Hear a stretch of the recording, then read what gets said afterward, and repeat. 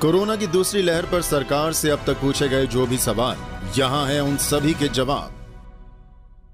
Corona की दूसरी लहर को लेकर भारत सरकार से कई तरह के सवाल पूछे जा रहे हैं।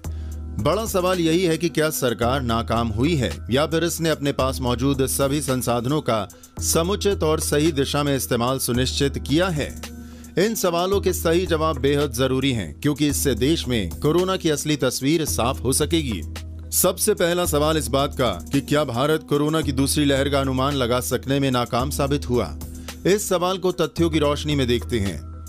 भारत में 1 जनवरी से 10 मार्च 2021 के बीच कोरोना के नए मामले 20,000 प्रतिदिन से भी कम आ रहे थे। एक समय यह घटकर 10,000 तक पहुंच गए।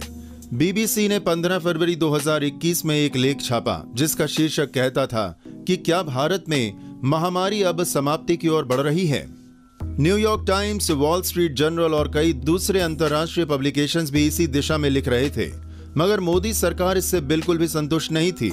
सरकार की ओर से जनवरी और फरवरी में जब कोरोना के आंकड़े बेहद कम थे, राज्य सरकारों को एडवाइजरी भेजी गई कि वे किसी भी सूरत में कोताही न करें, कोरोना को लेकर अलर्ट रहें। 17 मार्च को जब कोरोना के मामले 20,000 से भी कम थे, खुद पीएम मोदी ने सभी चीफ मिनिस्टर्स के साथ मीटिंग की और उन्हें जरूरी एहतियात बरतने की हिदायत दी। दरअसल कई राज्य सरकारों से चूक हुई, खासकर महाराष्ट्र, केरल, दिल्ली, छत्तीसगढ़, पंजाब और कर्नाटक में, जहां से कोरोना की दूसरी लहर के पैदा होने की जानकारी सामने आई। जब तक राज्य जागे, कोरोना की दूसरी लहर पूरी तीव्रता से आगे बढ़ चुकी थी। अगला सवाल चुनाव को लेकर है कि आखिर महामारी के दौर में चुनाव क्यों कराए गए। इसके पीछे की संवैधानिक मजबूरी समझनी भी बेहद जरूरी है। चुनाव समय से कराना एक संवैधानिक जरूरत है, क्योंकि 6 महीने में एक बार विधानसभाओं की बैठक एक संवैधानिक बाध्यता है। इसे रोकने का मतलब तबाही को न्योता देना है। ये पूरी तरह अलोकतांत्रिक भी है। भारत में बिहार में भी इन्हीं हालातों में पिछले साल नवंबर में चुनाव कराए गए। जहां तक चुनावी रैलियों का सवाल है, तो बीजेपी ने ही पिछले साल बिहार चुनावों से पहले चुनाव आयोग को यह सलाह दी थी कि फिजिकल रैलियों की जगह वर्चुअल रैलियां की जाएं।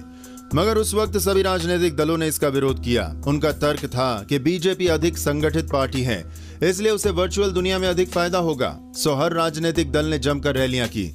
राहुल गांधी ने केरल में बड़े बड़े रोड शो किए, ममता बनर्जी ने भी बड़ी रैलियां की। अब यहाँ भी आंकड़े एक अलग ही तस्वीर बयां करते हैं। महाराष्ट्र, छत्तीसगढ़, दिल्ली या फिर पंजाब में कोई चुनाव नहीं थे।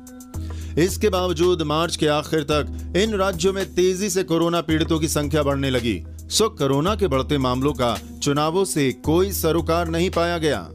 एक सवाल कुंभ को लेकर भी है कि आखिर हरिद्वार में कुंभ का आयोजन क्यों किया गया। इसमें ध्यान देने वाली बात यह है कि कुंभ के समय और स्थान का आयोजन संत करते हैं, ना कि सरकार। क्योंकि जनवरी और फरवरी में कोरोना के मामले कम हो रहे थे, इसलिए इसके आयोजन को हरी झंडी दी गई। बावजूद इसके कुंभ में प्रवेश, टेस्टिंग और क्वारंटीन के लिए कड़े प्रोटोकॉल का पालन किया गया। 1 अप्रैल को जब कुंभ शुरू हुआ, उस वक्त तक भारत में 72,000 मामले थे।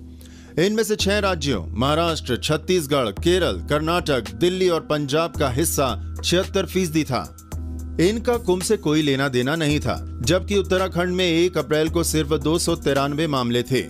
8 अप्रैल को ये मामले 1100 हुए। फिर भी जैसे ही महामारी ने पांव पसारने शुरू किए, पीएम मोदी ने खुद हस्तक्षेप किया और तय समय से पहले कुंभ को समाप्त करने के लिए संतों से प्रार्थना की, और वही हुआ भी। सवाल भारत की टीकाकरण रणनीति को लेकर भी उठाए गए हैं। इससे जुड़े तथ्य भी दूसरी ही तस्वीर पेश करते हैं। देश में अब तक 17.3 करोड़ लोगों को वैक्सीन लगाई जा चुकी है, जो पूरी दुनिया में सबसे तेज है। अब भारत से बाहर भेजी गई वैक्सीन का भी सच जान लीजिए। भारत ने सिर्फ 66.3698 मिलियन वैक्सीन बाहर भेजी हैं, जबकि इसकी 3 गुना वैक्सीन देश में लगाई जा चुकी है। बाहर भेजी गई वैक्सीनों में भी अनुबंध के तहत बाहर भेजी गई वैक्सीनें शामिल थीं, क्योंकि जिन देशों से कच्चा माल लिया गया, उन्हें वैक्सीन भेजना अनुबंध की शर्तों के मुताबिक था। देश में मेडिकल इंफ्रास्ट्रक्चर की कमी के बाबत भी जो जरूरी तथ्य हैं, वे इस दिशा में की गई कोशिशों की एकदम नई तस्वीर पेश करते हैं।